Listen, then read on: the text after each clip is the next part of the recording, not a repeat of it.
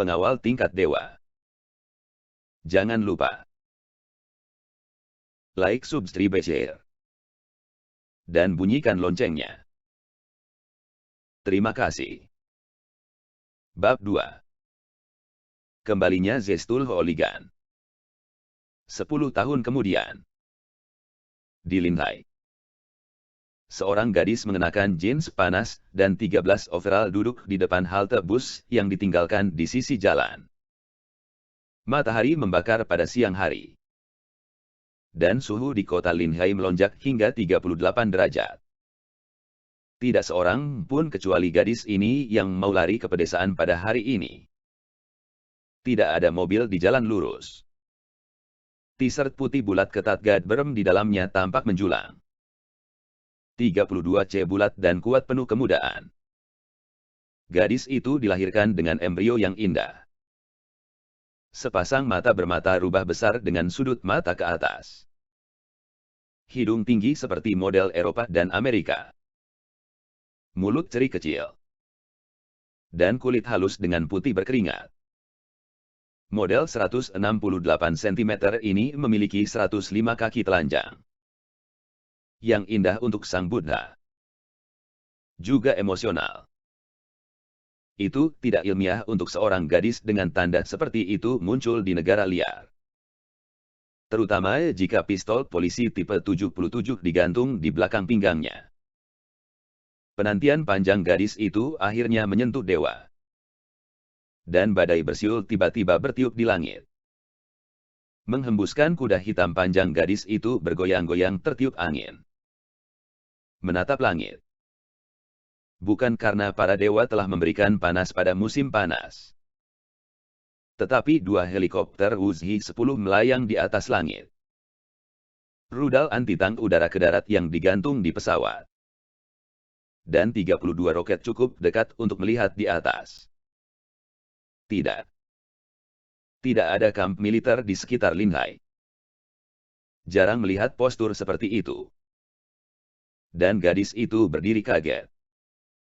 Pada saat ini, di jalan di kejauhan, tim lapis baja kamuflase mengemudi dengan kecepatan tinggi. Tugas berat pertama adalah 99A terbaru. Seluruh tim terdiri dari 2 tank dan 3 kendaraan lapis baja. Ditambah overhead. Wuzhi-10 helikopter serang. Kombinasi ini cukup bagi mereka untuk menghancurkan desa dan kota kecil. Dan menghilangkan lebih dari 100 teroris. Tapi hari ini hanya ada satu tugas. Yaitu mengirim pengiriman hidup. Konvoi lapis baja yang meledak dengan asap berasap tiba-tiba berhenti di depan gadis itu. Sementara tank depan dan belakang terbuka sedikit lebih jauh. Dan mengarah ke moncong mobil lapis baja di tengah moncongnya. Overhead Wuzhi-10 melakukan hal yang sama. Lusinan tentara khusus bersenjatakan gigi bergegas turun dari 2 kendaraan lapis baja lainnya. Dan mereka dengan cepat mengatur posisi penembakan di sisi-sisi jalan. Bahkan gadis itu berbaring di sisi keduanya. Dan pertempuran itu seperti menghadapi tsunami. Musuh itu mengejutkan. Akhirnya, 4 anggota yang mengenakan pakaian tempur lapis baja anti-infanteri berat berjalan menuju pusat kendaraan lapis baja.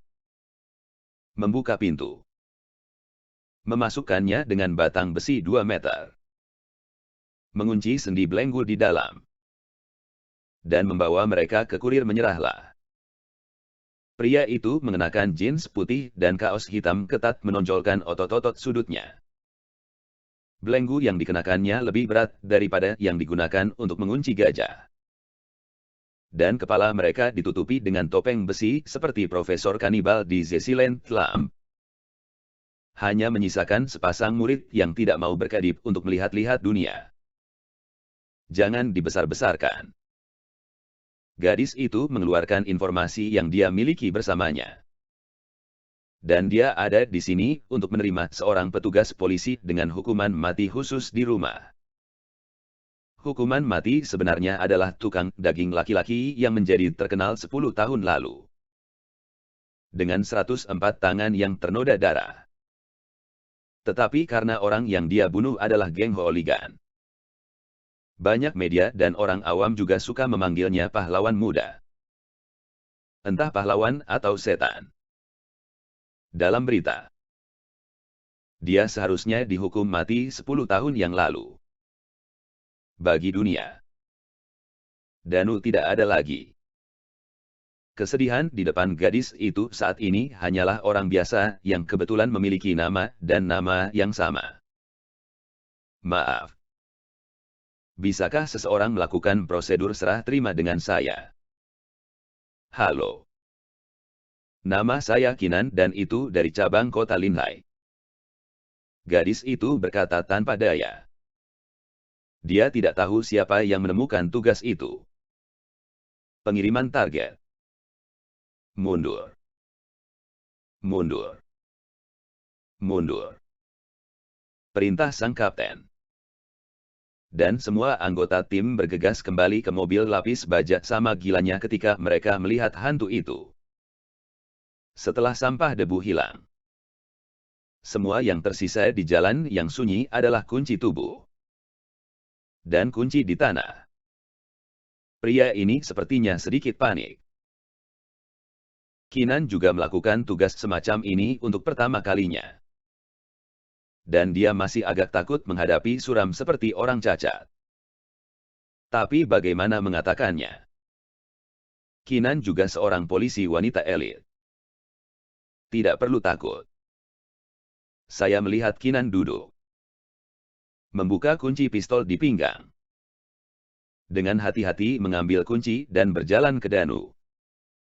Danu? Tanya Kinan. Bocah nakal itu mengangguk. Aku di sini untuk menerima petugas kepolisianmu. Namaku Kinan. Kamu masih dalam masa percobaan. Dalam 2 tahun ke depan. Aku akan bersamamu 24 jam sehari. Aku akan melaporkan ke atasanmu setiap gerakan. Setelah Anda melakukan lebih dari kode perilaku, saya memiliki hak untuk membunuh Anda sesegera mungkin. Bahkan jika Anda tidak menerima pengaturan seperti itu sekarang, saya memiliki hak untuk membunuh Anda di tempat. Mengerti? Kata Kinan dengan satu tangan sambil memegang kunci. Satu tangan memegang pistol di belakang pinggangnya. Kepala sundal itu menjadi mainan. Kinan kemudian memasukkan kunci ke lubang kunci yang terletak di bagian kerisan Danu.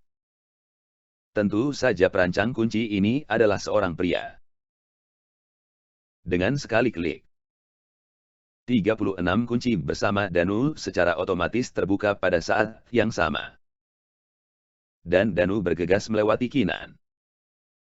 Seperti tornado. Dan langsung menuju ke pinggir jalan. Kinani takut dengan perubahan mendadak itu. Dia dengan cepat mengeluarkan pistol di belakang pinggangnya dan membidik kepala Danu. Menurut kode etik, tindakan Danu yang melarikan diri dari pengamat akan dianggap ilegal dan dapat dibunuh di tempat. Namun, Danu tidak berlari. Tetapi melepaskan celananya untuk pertama kalinya. Suaranya seperti membuka pintu air. Dan lengan kencing yang tebal dengan suluran 2 jari tebal di sisi jalan patah pinggang. Sudah. Kinani telah memiliki sejarah berurusan dengan metamorfosis. Tetapi belum pernah melihat metamorfosis seperti itu. Danu mengekspos setengah dari pantat putih. Jadi tanpa malu-malu mencemooh di depan kecantikan. Sambil mencemooh dan memarahi. Prajurit istimewa sialan stick. Bukankah beberapa raja prajurit telah mematahkan kakiku? Aku benar-benar membuat satu set ayah pit menyiksaku. Dan selama 36 jam dia tidak diizinkan untuk mencemooh. Ginjal pamanku hampir meledak. Bagaimana aku bisa membeli iPhone 6? Danu. Letakkan tanganmu di kepala dan segera berlutut di tanah. Kinan berteriak dari belakang. Saudari. Apakah Anda ingin berbicara tentang kebersihan? Saya baru saja menyentuh burung itu. Anda memintaku untuk meletakkan kepala di atasnya. Menjijikkan. Danu melihat ke belakang dan menyeringai. Jangan bicara omong kosong kepada saya. Percaya atau tidak. Dan biarkan Anda meletakkan tangan Anda langsung di mulut Anda. Seperti yang saya katakan. Danu membuka asuransi senjata. Dan wajahnya yang dingin membuktikan bahwa ia bisa melakukannya. Hal pertama yang diajarkan oleh sekolah kepolisian adalah dia harus terlebih dahulu mencegah kesombongan para penjahat. Bahkan jika Danu bukan penjahat. Itu masih harus dipelajari. Tetapi mencemooh di jalan sudah menjadi kejahatan kecabulan. Oke. Kamu menang. Polwanku. Danu menghela nafas dan mengikat-ikat pinggangnya. Dia menggenggam kepalanya dengan tangan dan berlutut di tanah. Tindakannya sangat profesional. Dengar. Pertama-tama. Sejak aku menerimamu, aku akan secara otomatis meninggalkan barisan polisi. Tetapi aku memiliki hak untuk memegang senjata dan membunuhmu.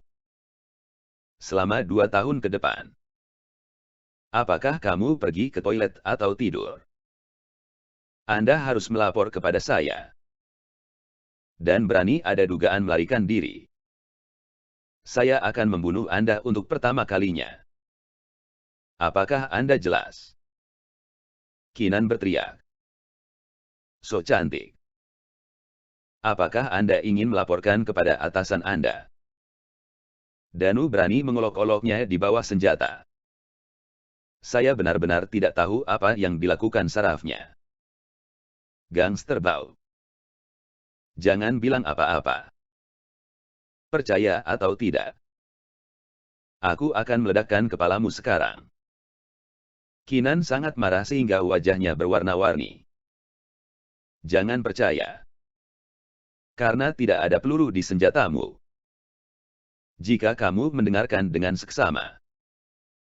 Angin akan bersiul ketika memasuki laras, jika ada peluru. Itu akan berbunyi bip. Kata Danu dengan nada tidak setuju. Bagaimana mungkin ada teori seperti itu? Keenan bertanya. Tetapi tanpa sadar membawa pistol ke telinganya dan mendengarkan. Tentunya tidak ada peluru. Aku hampir takut kamu buang air kecil lagi. Danu berdiri dan menepuk dadanya. Semuanya hanya membodohi gadis itu. Kamu benar-benar berbohong padaku. Keenan hampir pingsan di jalan. Jangan katakan begitu buruk. Kami menyebutnya penipuan taktis. Bahkan, Anda tidak perlu menakut-nakuti saya. Saya berjanji itu akan menjadi warga negara yang paling etis dan taat hukum yang pernah Anda temui. 2 tahun ke depan tidak akan ada yang besar dan murah. Danu mendapatkan harga bagus dan berkata, sekarang mari kita lupakan ketidakbahagiaan barusan. Mari kita bertemu lagi. Halo. Nama saya Danu. 26 tahun. Keenan melihat pria di depannya dengan sopan mengulurkan tangannya. Dan kemudian dia tampak terlalu pelit setelah kusut. Dia mengambil napas dalam-dalam untuk menenangkan suasana hatinya dan berjabat tangan dengan Danu. Namaku Keenan. 22 tahun. Kuharap kau bisa mengatakannya lakukan. Jangan ganggu saya selama 2 tahun ke depan. Bibi. Namamu benar-benar mengambil keuntungan dari saya. Tetapi tidak masalah. Saya tidak mencuci tangan. Itu draw. Danu menyeringai. Kamu gangster bau. Keenan ingat apa yang baru saja dilakukan Danu. Dan dengan cepat menarik tangannya. Beberapa menit kemudian. Sebuah jeep off-road kuno mengendarai mobil di jalan raya menuju kota. Ransel militer dilemparkan ke kursi belakang. Dan Danu duduk di pilot bersama menikmati angin laut dari jalan raya pantai. Dia belum kembali ke rumah selama 10 tahun. Dia merasa bahwa bahkan udara di kota Linhai ramah dan hangat. Dia seperti anak kecil dengan senyum yang berbeda dari hooligan tadi. Dengar. Kamu bukan lagi mantan suram. Beberapa kenalan bertanya. Kamu hanya pengembara yang baru saja kembali ke Cina. Sesederhana itu. Kinan menginstruksikan sambil mengemudi. Mengetahui Bibi. Kekhawatiran semacam ini sama sekali tidak perlu. Di kota ini. Saya tidak memiliki kerabat atau teman kecuali orang tua dan adik perempuan saya yang sudah meninggal. Kata Danu dengan mata tertutup. Saya telah membaca informasi Anda. Anda terlahir sebagai anak yatim. Pada usia 6 tahun. Ia diadopsi dari panti asuhan oleh Sudirman dan menerima pelatihan menembak profesional sejak usia dini. Dia adalah atlet senapan olahraga terbaik pada zaman itu. Kinan memandang ke samping.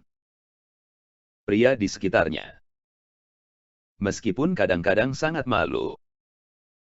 Sulit bergaul dengan tukang daging muda yang membunuh 104 orang. Aku belum membaca informasimu. Tapi aku tahu bahwa kamu adalah warga sipil di kantor polisi. Kamu bagus di sanda dan taekwondo. Kamu dari keluarga polisi. Dan kamu tidak tahu bagaimana bergaul dengan orang-orang. Hubungan antara atasan dan bawahan sangat buruk. Kinan menyetir rem mendadak. Danu membenturkan wajahnya ke kaca depan. Kinan kaget dan memandang Danu di sampingnya. Bagaimana kamu tahu? Nona. Jangan terganggu dengan mengemudi. Aku hampir terbang. Danu mengeluh menggosok pipinya. Kaulah yang kau katakan padaku. Otot-otot di ujung jari telunjukmu sedikit keras. Ini bukan gesper pemicunya disebabkan oleh kelanjutan dari klik mouse yang panjang. Jadi Anda seorang pegawai. Kecepatan Anda stabil dan tertutup. Yang menunjukkan bahwa Anda bagus dalam keterampilan pertempuran jarak dekat. Postur pistol Anda sangat profesional. Jelas merupakan hasil latihan sejak dini. Keluarga polisi tidak melarikan diri. Anda adalah orang yang sangat baik. Anda benar-benar melakukan pekerjaan sipil. Hanya ketika Anda memiliki hubungan yang baik dengan atasan dan bawahan Anda dapat memiliki hantu. Selain itu, Anda masih di sini untuk mengambil alih pekerjaan pengamat saya. Ada kemungkinan seseorang ingin membunuh Anda. Kau salah. Memantau misimu. Aku melamarnya sendiri. Hati bersemangat Kinan akhirnya tenang setelah menarik napas dalam-dalam dan menyalakan mesin untuk mengemudi lagi. Karena kau adalah kunci mimpiku. Bersambung.